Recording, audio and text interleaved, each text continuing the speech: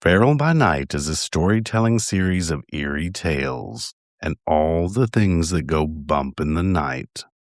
I'm Papa G, and this is Feral by Night. Free episodes release every week, but premium members on Patreon or Buzzsprout can double their weekly stories with extra subscriber-only episodes. So turn the lights down and settle in. Some stories are better heard after dark.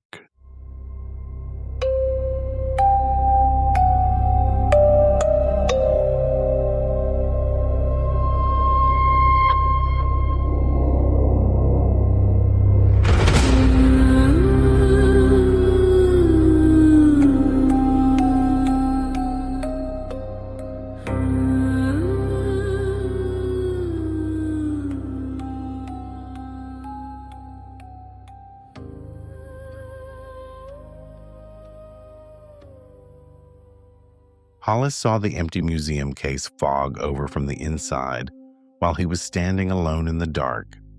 He had worked night security at the old Mercer County Museum for 9 months, long enough to know which lights flickered, which floorboards dipped, and which motion sensors woke up when the heat kicked on. The museum was small, with a Civil War room, a schoolroom exhibit, farm tools, and a local medicine display that smelled of dust and old wood. That medicine display was where Case 14 sat. The case was narrow and waist-high, with brass corners and a glass lid that lifted on hidden hinges. For years, it had held a dark green bottle with a waxed cork and a faded handwritten label. The card beside it had called it the Hartley Breath Bottle. It said some people once believed a last breath could be trapped in a bottle if the dying person was feared enough. The bottle had been removed 2 weeks earlier after the museum board noticed a crack near the neck. The card had been taken down too. All that remained inside Case 14 was the velvet stand where the bottle had rested. At 1:17 in the morning, Hollis saw a soft gray patch spread across the inside of the glass. The fog started in the center of the lid and widened slowly, like someone had leaned close and breathed onto it from the other side. He stepped closer and wiped the top of the case with his sleeve. His sleeve came away clean.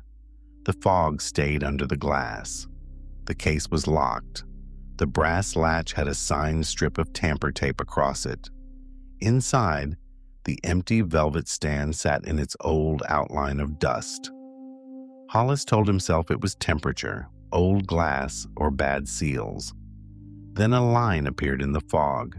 It dragged downward from the inside, slow and uneven, the way a finger draws through steam on a bathroom mirror. More lines followed, joining together into words. By the time Hollis leaned close enough to read them, the message on the inside of the glass told someone to put it back. He went straight to the front desk and wrote down that case number 14 had condensation under the lid. He left the message out of the log. On the security monitor, the camera angle was too high to show the glass clearly. For the rest of his shift, Hollis stayed near the lobby.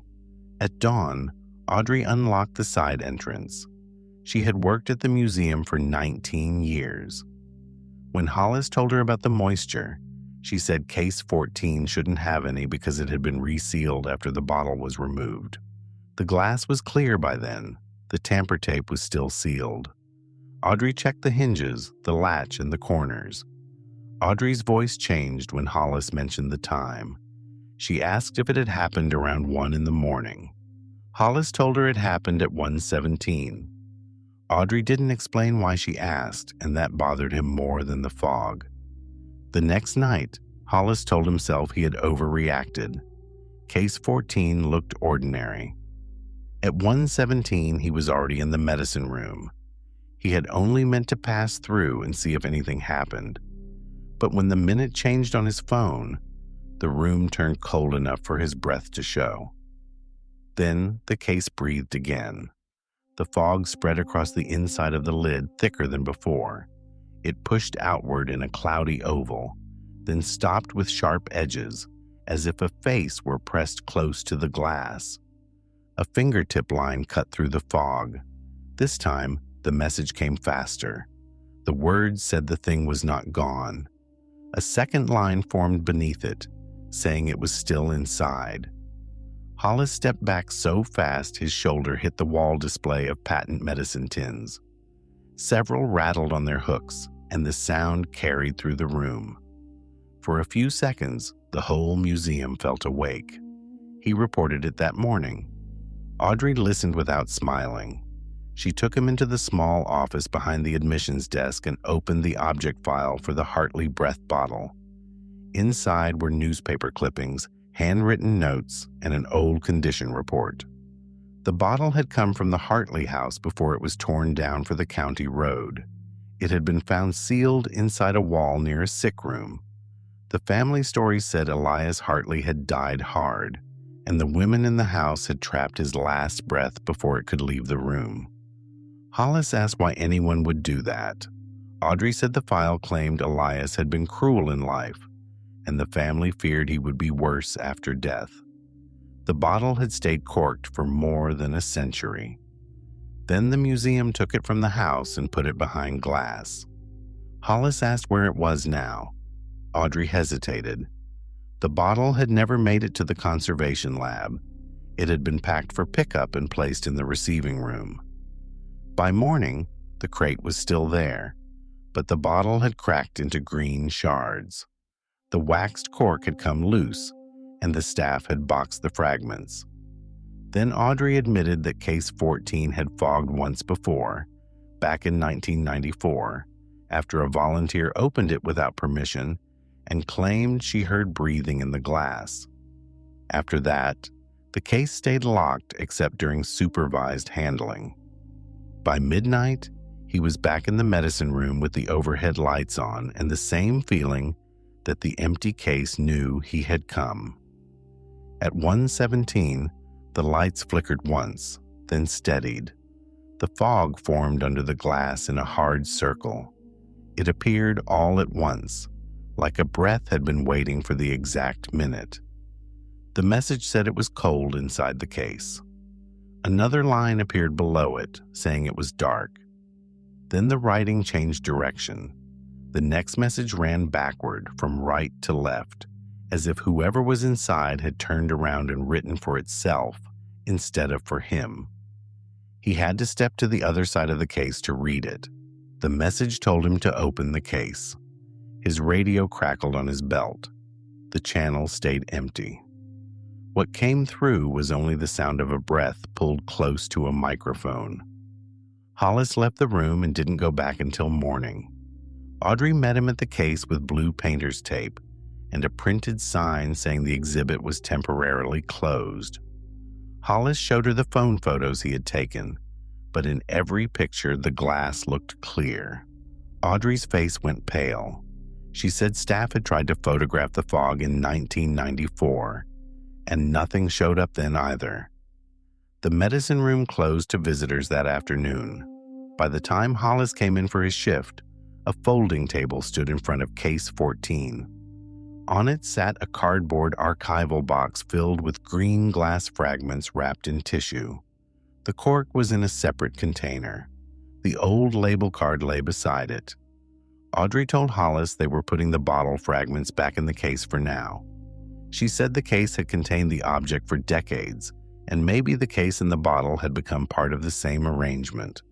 Audrey unlocked the brass latch and the tamper tape split with a dry little snap. The moment the lid lifted, cold, damp air rolled out of the case. Hollis smelled cellar dirt, stale breath, and something medicinal like old camphor. Audrey placed the largest piece of green glass on the velvet stand. They added the rest of the fragments as close to the old bottle shape as they could. The cork went in last, still crusted with brown wax. Audrey closed the lid. For a moment, nothing happened.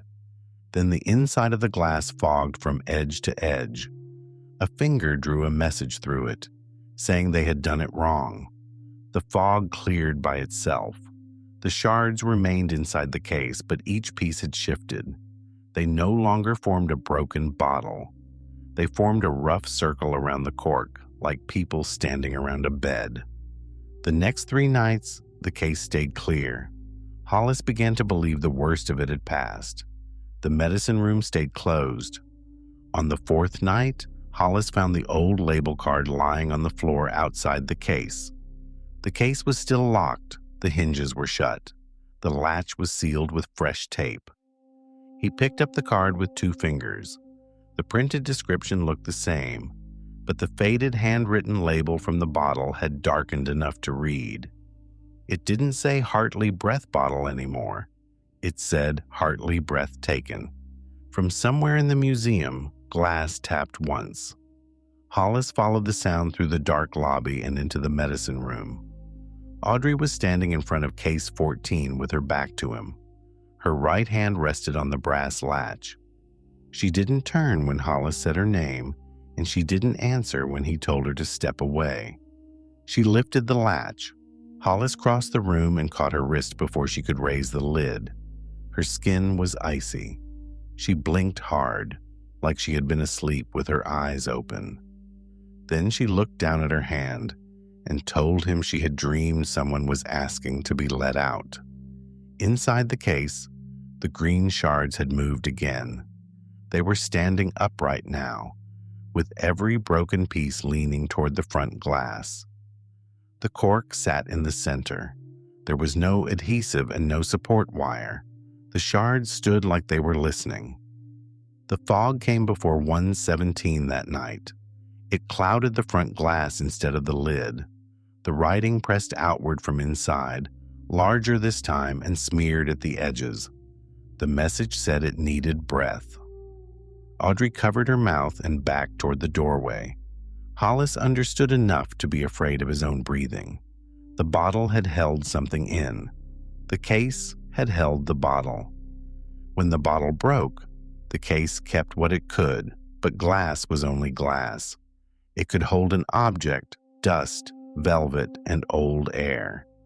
It wasn't made to hold a dead man's breath after the thing that trapped him had broken. Hollis pulled Audrey out of the room and shut the door. He wedged a chair under the handle and called the police because there was no other number that made sense at 2 a.m. By the time officers arrived, the fog was gone, the case was clear, and nothing looked disturbed. Audrey resigned before the end of the week. Hollis stayed. He told himself quitting would leave the next guard alone with case 14. Mostly, he told himself the case had asked for breath and hadn't gotten any. For 9 nights, nothing happened. On the 10th, the museum board ordered the medicine room reopened. The fragments were removed from case 14 and placed in storage. The empty case stayed because moving it would cost money, and the museum needed the room ready for school tours. Hollis came in that evening and found the display lights on. Case 14 sat empty again, with the velvet stand under the clean glass lid. At 1:17, every monitor at the security desk went black, except the camera in the medicine room. Hollis watched the empty case from the lobby screen as the glass fogged from inside. A handprint appeared in the center of the lid. It was a full hand, palm flat, fingers spread wide, pressing out of the empty case. Then a second handprint formed beside it. Below them, where the glass was still clear, Hollis saw the soft, round mark of a mouth breathing from inside.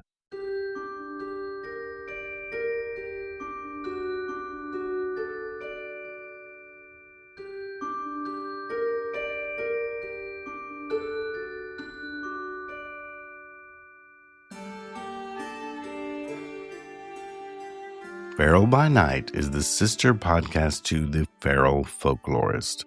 You can find information for both podcasts at feralfolklorist.com. If you'd like more Feral by Night each week, premium members on Patreon or Buzzsprout get extra subscriber-only episodes that don't appear on the public feed. You can become a patron at patreon.com/PapaG or subscribe through the Buzzsprout premium membership options. And if you're ever in the market for metaphysical supplies, our store, Aromagees Botanica, has been weaving magic for over 25 years. That's over at aromagees.com.